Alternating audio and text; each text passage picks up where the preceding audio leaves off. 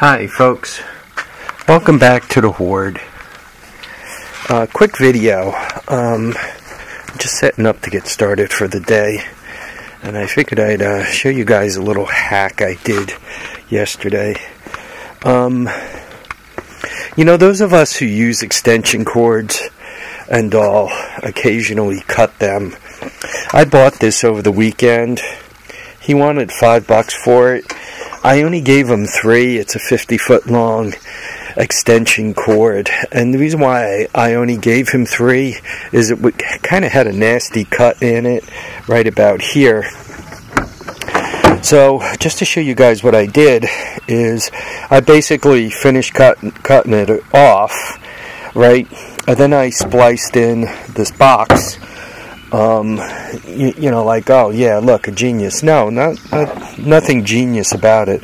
Obviously, I was careful with my meter to make sure that everything went to where it should, because you don't want to switch poles or hook up, you know, make the ground hot or anything like that, or make the neutral hot. So I made sure I did everything.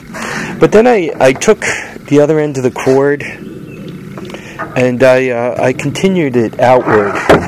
And what it makes it really easy to do now is, like, I can plug the radio in and then still have an outlet box to work on.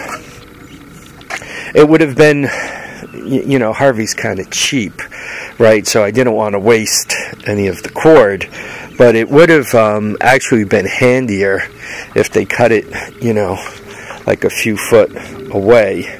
Right, that way you could power up the radio and then have the box a little further away. This hack, by the way, is really helpful if you're running a generator situation. Like in my case, I keep my inverter on the back porch here. If I think I'm going to need it, if storms are coming by or whatever. Right? So there it sits. Now during the winter, right, as power leaves that inverter, the first thing it passes is my pellet stove. So just picture if, you know, the right length so that everything is convenient. You put a box right there at the pellet stove, and then a little further out, in my case, on the inverter, I run the pellet stove and then a lamp. So if I had a double box for that, it would be perfect. And then a double box at the end, and maybe for a laugh, leave the tail hanging off too, right? And then a double box at the end where I would plug in my satellite TV and my TV set. So the satellite receiver and the TV set. So it just makes it easier. That way there aren't multiple extension cords, or extension cords plugged into extension cords, or extension cords plugged into junction boxes, right? It just keeps everything neater. Every time you plug something in, so let's say you plug a junction box into your generator and then run an extension cord for the TV, run another extension cord for the pellet stove and all that. Now you got wires over wires. You got quite a mess. It's much better if you can put them in a single string. Secondly, this is really not a high amperage cord. If 50 feet, I mean, you probably... I mean, you could get 10 amps out of it, perhaps, but not much more. I happen to like those cords because most of the time I'm just running a battery charger on them or something. These heavier cords are bulky, hard to wind up. If you pull them, you have a tendency to just unplug them. Where these guys, they're just a lot lighter, a lot easier to deal with. So I happen to like this version. Another thing, once in a while, it's really not a bad idea just to run out your extension cord and just run your hands over it and look it over well to make sure you don't have any wires abraded. Typically, see the inner one here where I'm rubbing my thumb, it's the one with the ridges on it.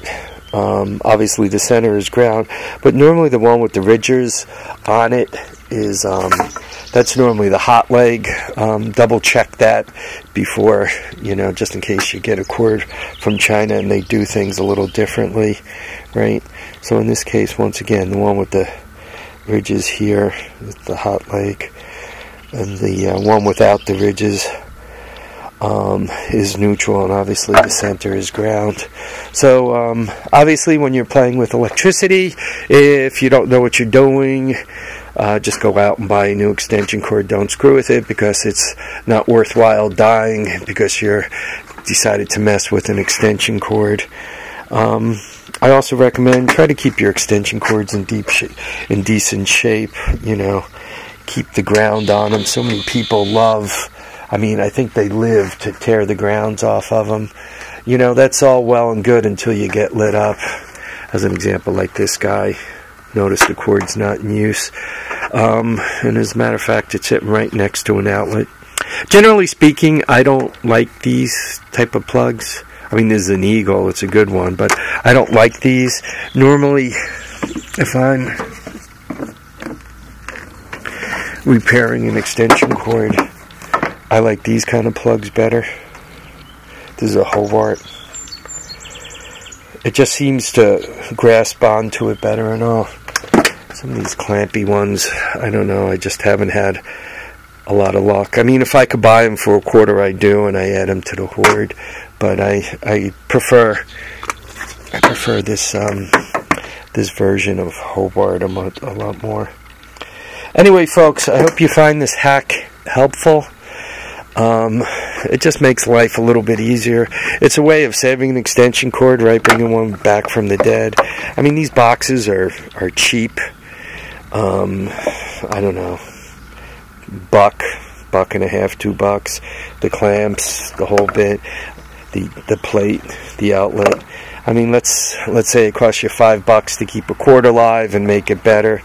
I also I have a tendency when I use a metal box like this, after I put the wires on the lags, I have a tendency to tape them just in case the outlet slides back and forth. I mean, run tape around the outside of the outlet. I made sure I got the metal is also grounded. To make this better yet, one could put a GFI in here, and then GFI the whole situation. That's really, the next step up. I did not have a GFI outlet just sitting in one of my electrical boxes. I had that outlet, so that's what I used.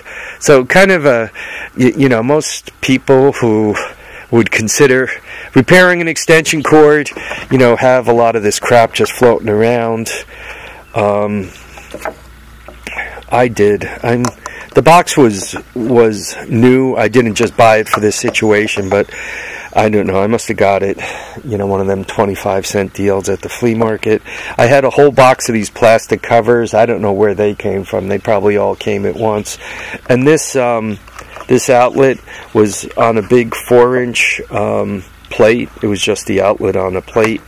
That, once again, another 25-cent deal at the flea market. So, something to think about, something to make your lives a little better. Let me know what you think. Folks, I want to thank you all for watching and commenting and subscribing. Remember to keep your feet down, keep your heads up, and please get out there and enjoy all your days. Bye now, folks.